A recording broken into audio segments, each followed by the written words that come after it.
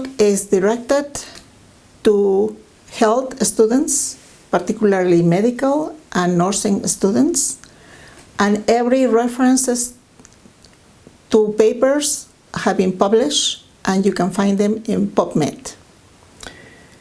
So Alzheimer's and Parkinson diseases start very early in young urbanites exposed to high concentrations of air pollutants. Let me just tell you briefly what air pollution is and how we feel as physicians when we talk about complex mixtures of air pollutants. In fact, the complexity varies. But remember, we have different chemical composition, different sizes, different sources, and we're going to be talking here about indoor and outdoor pollution. But also remember, when we work in some environments, we are also exposed to these air pollutants, specifically sometimes huge amounts of particulate matter. So when we talk about particulate matter, for the purpose of health, we are particularly interested in defined particles, and we call them PM2.5. Those are the particles less than 2.5 microns.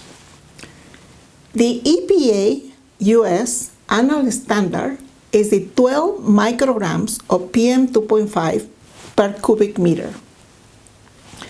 The current 24-hour PM2.5 standard is 35 micrograms per cubic meter. And why are we saying that at the beginning of this talk? Because we as physicians and in general health workers guide their opinions of exposure basically in terms of who is exposed to PM2.5 above the current standard, which is, as I mentioned, is 12 micrograms per cubic meter. In the other aspect that we're interested in this presentation, we're going to be talking about nanoparticles. And nanoparticles are not measured specifically in the United States, but are part of the measurements of PM2.5. And when we talk about nanoparticles, we talk about particles that are less than 100 nanometers. These particles are unregulated and unmeasured in the United States. Where are the sources of air pollutants?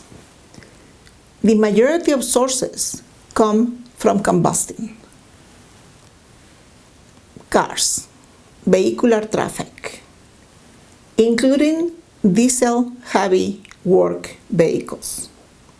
We also have fixed sources like factories, subway, power plants, agricultural production, forest fires.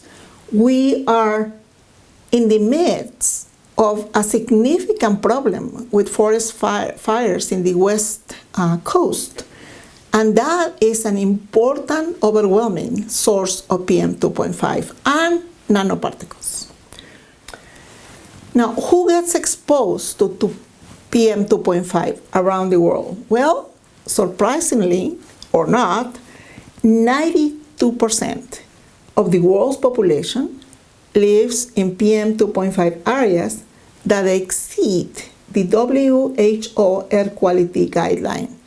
That, by the way, has levels below the levels we use in the United States. In the United States, we use the annual standard of 12 micrograms per cubic meter. The WHO air quality guidelines is 10 micrograms per cubic meter. Now, I'm going to mention an article that was just published in 2019 in JAMA, and the author is Bo, and he examined with his group 4.5 million US veterans and determined their cause of death in relation with PM2.2 exposure. And you should know that cardiovascular, cerebrovascular, chronic kidney disease, COPD, and dementia were the most important causes of death that these researchers could associate directly to PM 2.5 exposure.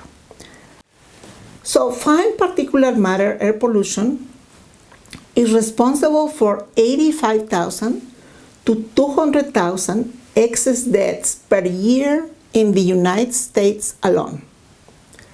The health effects observed at concentrations below the current national standard of 12 micrograms per cubic meter. Now let's talk about dementia and air pollution. There are hundreds upon hundreds of papers on that subject. Let's talk about metropolitan Mexico City. We consume more than 40 million liters of petroleum fuels per day. We have more than 50,000 industries, more than 6 million cars. We live in a valley with obstruction of air movement at 7,350 feet. This is an involuntary, very effective exposure chamber for 21.8 million people. This is a graphic of Mexico City from the air. I took that picture. And then we put on top of that the exposures to PM 2.5. The green dot that you see at the bottom is the times where people are within the standard. And I'm going to be talking about the fact that we're following the EPA US standard for PM 2.5, 12 micrograms per cubic meter. Interestingly, this graphic starts in 2004 and ends last year. And what I want you to notice is that the exposure to levels above the standard for 2.5 are steady, continuous, and have no breaks. So these people are exposed day in and day out to these huge amounts of particulate matter. And this is an important observation because we're going to be talking about the impact of those exposures upon the brain. For the first study that was published by our laboratories back in 2018, we did 203 consecutive autopsies of subjects average age 25 plus minus 9.23 years. And in that group of autopsies, we included 44 children aged 12.9 plus minus 4 years. This is a map of the metropolitan area of Mexico City. This is PM 2.5, and this is ozone. The majority of fabrics and sources of fixed air pollution in Mexico City are in the north. The air runs from north to the south in such a way that we see the higher values of PM 2.5 in the north and the lesser values of PM 2.5 in the south. But keep in mind that all of us, regardless of where we live, are always above the US EPA standard. What we were looking for in those 203 autopsies? We were looking for the markers of Alzheimer's, well established in the neuropathology literature. We were keen about defining where those markers were for decade of life, where the cumulative PM 2.5 applied to each individual in the study.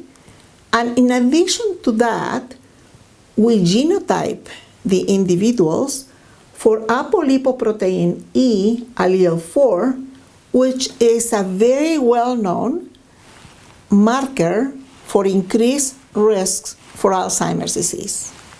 And I should know, and you should know, that 20% of the population here in Mexico and in the United States carry one allele of this risk factor.